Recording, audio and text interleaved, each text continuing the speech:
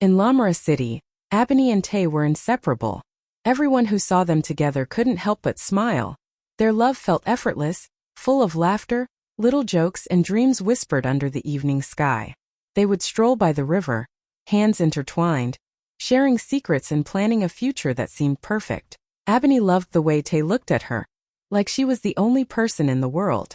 She imagined the life they would build together, full of warmth and happiness. One bright morning when she realized she was pregnant, her heart leapt with joy. She pictured Tay's smile, their little family, the laughter of a child filling their small flat. She told him softly, expecting him to hold her close and share the excitement, but she didn't know that a shadow was already creeping into their story. Life had a twist waiting for her, one she could never have imagined.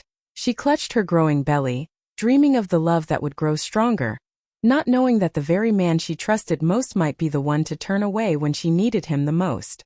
Her heart was full of hope, but fate was about to test it in ways she had never faced before. If you like, I can continue with part 2, the sudden coldness keeping the same emotional viral tone. Do you want me to do that next? Weeks into her pregnancy, Ebony began noticing a change in Tay. At first it was small. He was quieter than usual, distracted during their conversations, sometimes staring out the window as if somewhere else. Then came the missed calls, the messages that went unanswered, and the evenings when he promised to come over but never showed. At first, Ebony tried to brush it off, thinking maybe he was stressed at work or tired. But the distance grew heavier with each passing day, like a shadow slowly settling between them. One evening, unable to bear it any longer, she confronted him. Her voice trembled, but there was steel in her words. Tay, why are you pushing me away? What's happening? He avoided her gaze, his fingers nervously fidgeting with the hem of his shirt. I can't, Ebony, he muttered, almost too quietly to hear. I'm not ready. The words hit her like a storm she had not seen coming. Not ready. Not ready for their child. Not ready for the life they had dreamed of together? Her heart sank, a heavy twisting pain that left her breathless. Tears threatened to fall, but she held them back, refusing to let him see the depth of her hurt. She had imagined him smiling at the news, holding her hand through every doctor's visit, whispering promises of a future together. Now all those dreams felt like shards of glass cutting into her chest. Days passed and the coldness only grew. Tay's avoidance was like a wall she could not climb, a silence that spoke louder than any words. Friends noticed the change in her, their sympathetic glances making her cheeks burn with shame and confusion.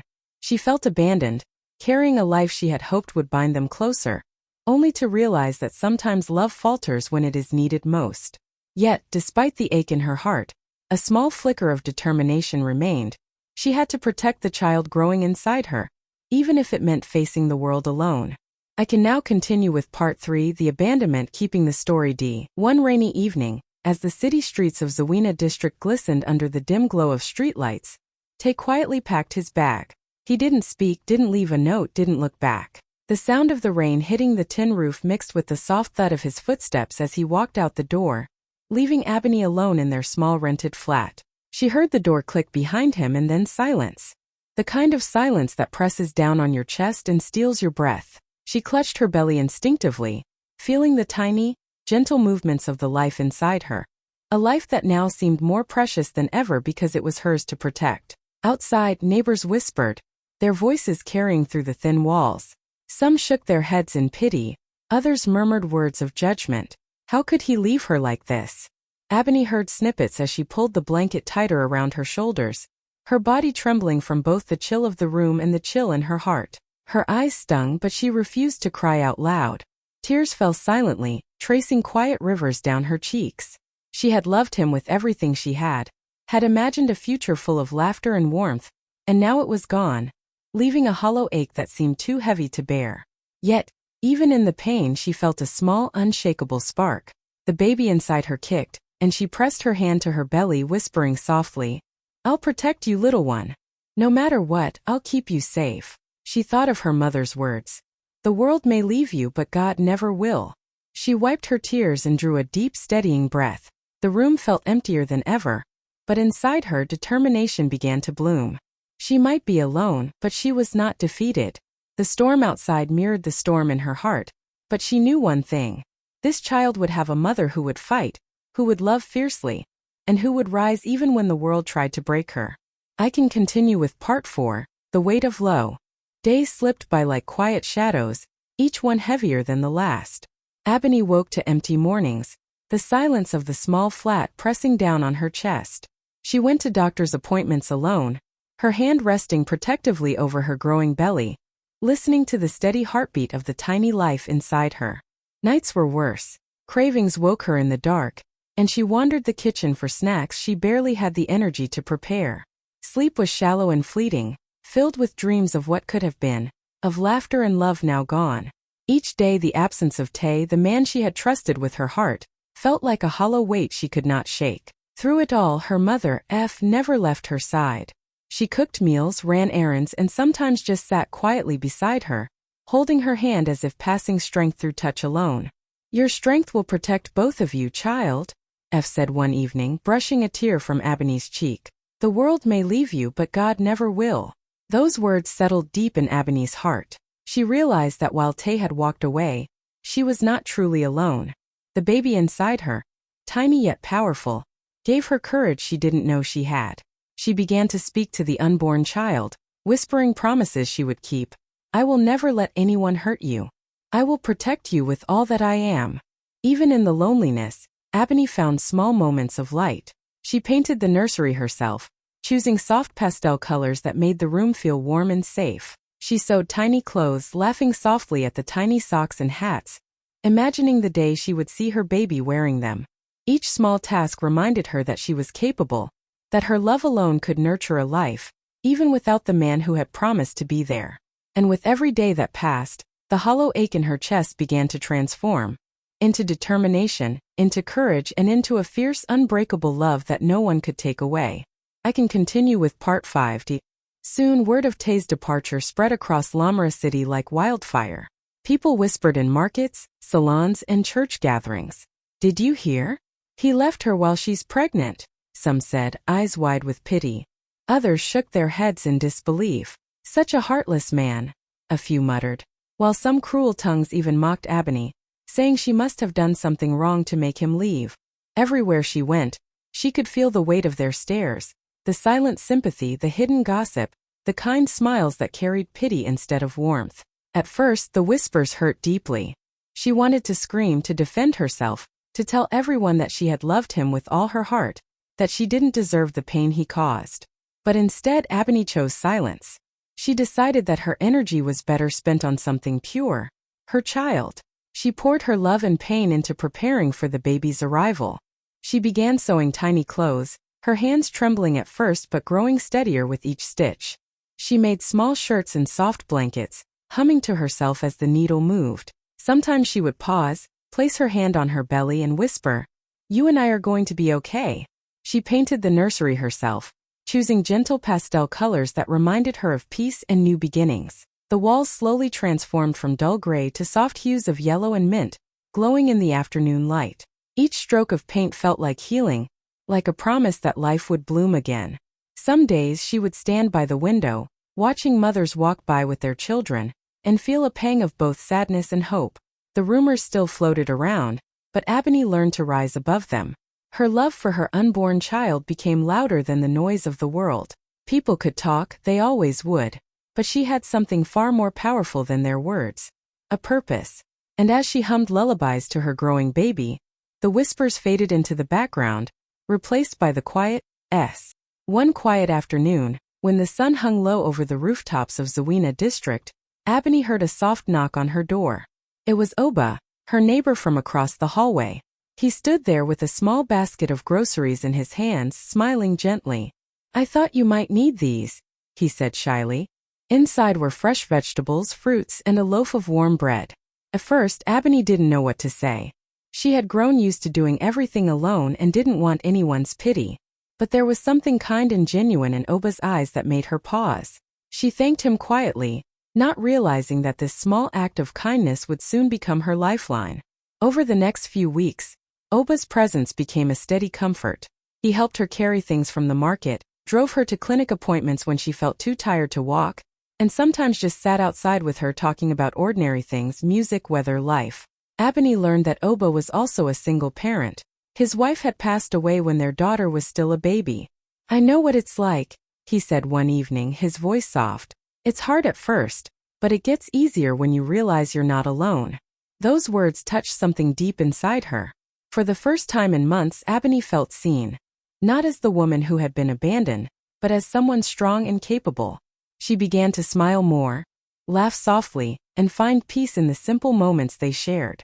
When her cravings hit at midnight, Oba would knock on her door with roasted plantains or mango slices, joking that he was on baby duty too.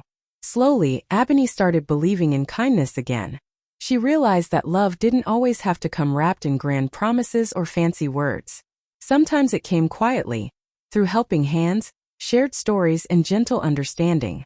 And though her heart still carried scars, it also began to heal. She learned that even when life breaks you, unexpected people can help you rebuild. Piece by piece, smile by smile, the morning came quietly, with a soft drizzle outside and the sky painted in shades of gray and gold. Ebony woke up with a sharp pain in her belly, the kind she had been told to expect but could never truly prepare for. Her heart raced. "It's time," she whispered, her voice trembling with both fear and excitement.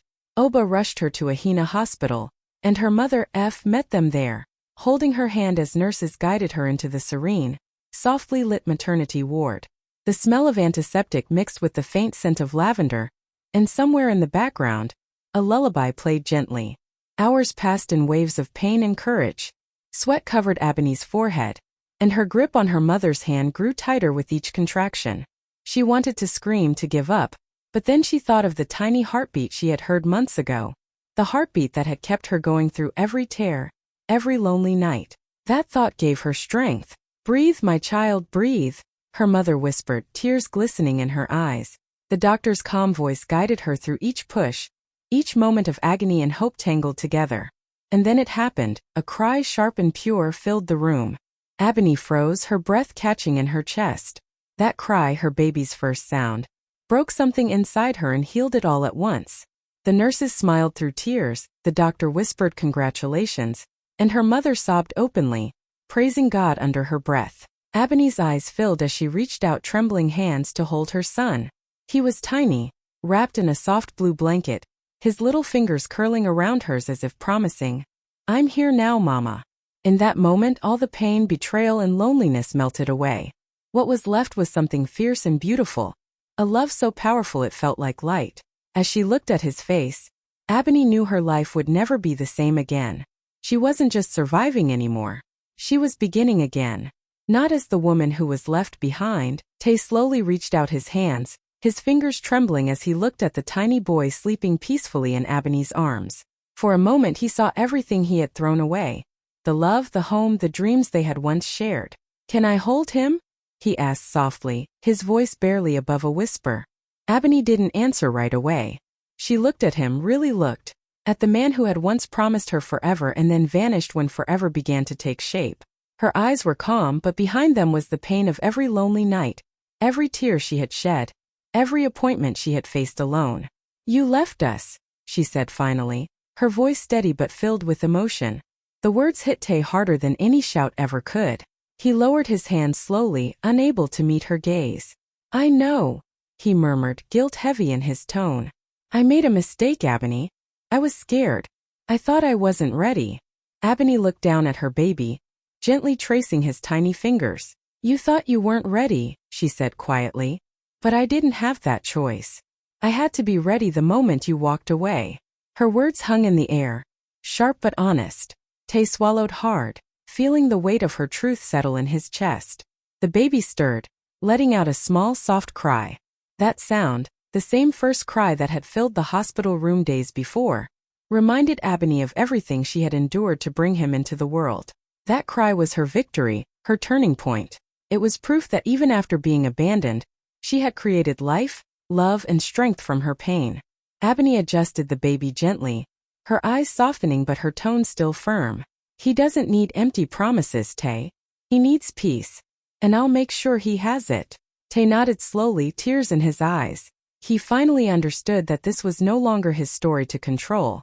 The life she carried, the strength she had built, it was hers to protect, not his to claim. And in that quiet moment he realized what true loss really felt like. Wow. Word spread quickly through Zawina district that Tay had returned. By the next day, neighbors were already whispering, curious to see how Ebony would react. Some stood by their windows pretending to sweep or hang clothes, while others gathered in small groups, murmuring quietly. After all she went through, she should send him away, one woman said. He left her when she was carrying his child. He doesn't deserve another chance, another added.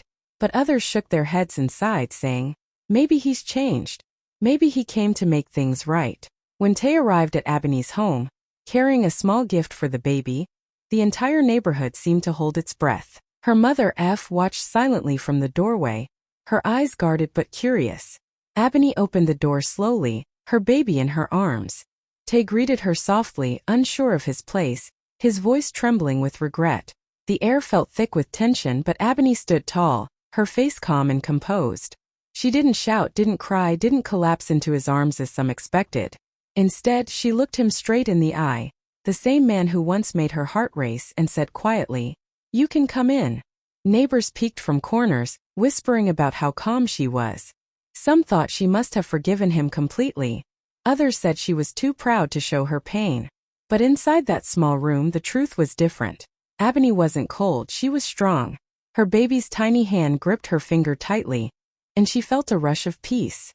That small touch reminded her why she had survived the storm. Not to hold on to bitterness, but to protect the life she had built from ashes. As she watched Tay sit awkwardly across from her, holding the baby with tears in his eyes, she realized something powerful.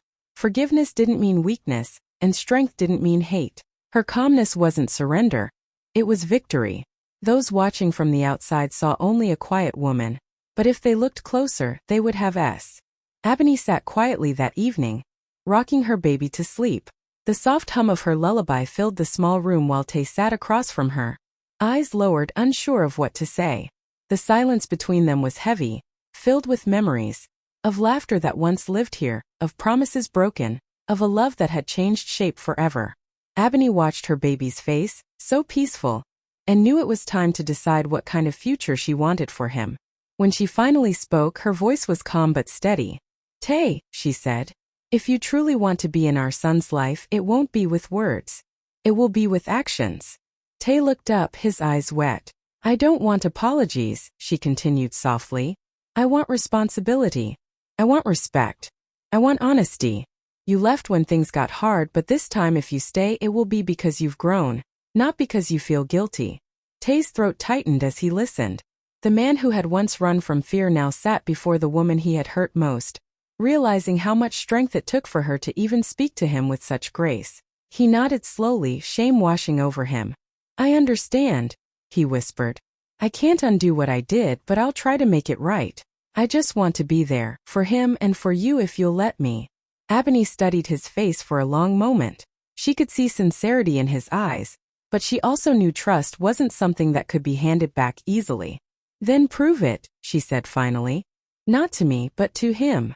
She looked down at their baby, who stirred softly in her arms. "He deserves a father who shows up, not one who makes promises he can't keep." Tay nodded again, his voice breaking. "I'll be that father," he said. For the first time, Ebony believed he might mean it. Not because of the tears in his eyes, but because life had humbled him. He finally understood that love wasn't about control. It was about showing up, staying true, and never running away again. Would you like me to continue with part 12, The Fi? Weeks turned into months, and life began to take a new shape for Ebony. The early chaos of motherhood slowly turned into a rhythm. Sleepless nights, morning giggles, and the quiet joy of watching her son grow. Every day brought a new challenge, but also a new reason to smile. She learned how to juggle work and motherhood, often rushing from her small tailoring shop to the daycare, her eyes tired but her heart full. Her hands stitched beautiful dresses by day, and at night, those same hands rocked her baby to sleep. It wasn't easy, but every little milestone made the struggle worth it. Tay began visiting regularly, always careful not to cross boundaries. He helped with groceries, paid for baby supplies, and took quiet joy in feeding his son or making him laugh. Ebony noticed the change in him. He no longer spoke of promises, he showed them through small actions. He arrived early, left late, and never missed a clinic visit or birthday. Though Ebony kept her guard up, she couldn't deny that his effort helped heal a part of her heart that had once been broken. The baby's first laugh came one sunny afternoon. Ebony was feeding him mashed bananas when he suddenly burst into giggles, his little eyes shining like morning dew. She laughed too, tears of joy spilling down her cheeks. That sound, innocent and pure, filled the house like music. Later came his first steps, wobbly but determined, and his first word, "Mama," which made Ebony cry all over again. Those tiny moments stitched her heart back together, piece by piece. Without realizing it, her story began spreading online. A friend posted her photo with her baby and wrote, "Abandoned, yet rising stronger than ever." People across Lamara City shared it, admiring her strength and grace. Strangers sent her messages of love and encouragement. Ebony didn't see herself as a hero, just a mother doing her best, but to others, she was proof that heartbreak doesn't end you, it reshapes you. And every milestone her son Ebony's quiet strength soon became the talk of Lamara City. People who once whispered about her now spoke her name with admiration. She didn't just survive, she transformed her pain into power. One afternoon, while sitting under the mango tree near her tailoring shop, she saw a young pregnant girl crying on the roadside. That moment stirred something deep inside her. Ebony remembered her own nights of fear, loneliness, and doubt. She walked over, comforted the girl, and invited her to her home for a warm meal. That small act of kindness became the seed of something much bigger. Within weeks, Ebony started a small support circle in her neighborhood for expectant mothers facing abandonment. They met every weekend, sharing stories, tears, and laughter. She called it Mothers of Light. First, there were only 3 women. But soon word spread, more came, bringing friends, sisters, and neighbors. They shared advice about prenatal care, emotional healing, and ways to earn income while raising children alone. Ebony taught them sewing, showing how even with little, they could create something beautiful. Each dress they made carried not just fabric and thread, but courage and hope. Her story caught the attention of local media. A photo of her sitting with the women, surrounded by baby clothes and laughter, began to circulate online. The caption read, "She was left alone. Now she helps others stand tall." People from nearby cities started visiting her group, donating supplies and volunteering their time. Even doctors offered free checkups for the mothers. Through it all, Ebony stayed humble. When people called her a hero, she would smile softly and say, "I'm just a mother who refused to give up." Her son, now a curious toddler, often played beside her during meetings, tugging at her wrapper or giggling as the women clapped and sang. Ebony had once cried herself to sleep, believing her story had ended in heartbreak. But now, as she stood before a room full of women, Tay's journey toward redemption was not easy. The day he walked away from Ebony had haunted him for months. Guilt followed him everywhere. In his work, in his dreams, in every baby's cry he heard on the street. When he finally saw his son for the first time, something inside him broke and rebuilt at the same time. From that moment, he promised himself he would do everything to make things right. Not with grand gestures, but with quiet, consistent effort. He started by showing up every single day. He helped with school fees, carried diapers, and took turns rocking the baby when Ebony needed rest. He didn't expect praise or forgiveness. He only wanted to prove that he had changed. Sometimes, Ebony still looked at him with guarded eyes, unsure if she could trust him again. And he understood. He had hurt her deeply. So he waited, letting his actions speak louder than his words. Tay also began volunteering with Ebony's Mothers of Light group. At first, the women were cold toward him, whispering behind his back, calling him the man who left. But he didn't argue. He helped carry chairs, set up tables, and fetch water. Over time, they saw his sincerity. One day, during a meeting, a young mother thanked him for repairing her sewing machine. That small moment of acknowledgement felt like forgiveness, not just from the group but from life itself. Through Ebony's eyes, Tay began to understand what real strength looked like. It wasn't about power or pride. It was about responsibility, humility, and quiet love. He often told people, "Ebony raised a king, and taught me to be a better man." Their relationship didn't go back to how it used to be. It became something new, built on respect, not control. Tay no longer tried to be the center of the story. He accepted that the real hero was Ebony, the woman who carried his child when the world turned its back, who rose from pain and built light for others. In her, he saw the meaning of redemption, not a return to Ebony's story spread far beyond Lamara City. It crossed borders and hearts across Africa. People shared her photos online with captions that read, "He abandoned me during pregnancy, but my baby's first cry changed his fate." Her name became a symbol of courage and unbreakable spirit. Everyone who heard her story felt something deep inside. A reminder that no matter how cruel life becomes, strength can grow from pain. Videos of her support group, Mothers of Light, went viral. Women from different cities reached out, saying her journey gave them the courage to stand tall again. Some called her Mama Strength. Others called her the woman who turned heartbreak into hope. Ebony never chased fame. She only wanted to help others find their voice. But life had other plans. Her story became a light for those walking through darkness. One day, a journalist asked her, "How did you find the courage to forgive?" Ebony smiled softly and said, "Forgiveness isn't for them. It's for me. I couldn't raise my son in bitterness. I chose peace." That line alone was shared thousands of times online. Tay stood by quietly, proud and humbled, knowing her strength had saved them both. And as Ebony watched her son play under the same mango tree where her journey began, she whispered a quiet prayer of gratitude. She had lost everything once, but gained something far greater: purpose, peace, and a story that would live forever. Would you like me to create a hyper-realistic emotional image prompt for this final part? The viral legend of Ebony?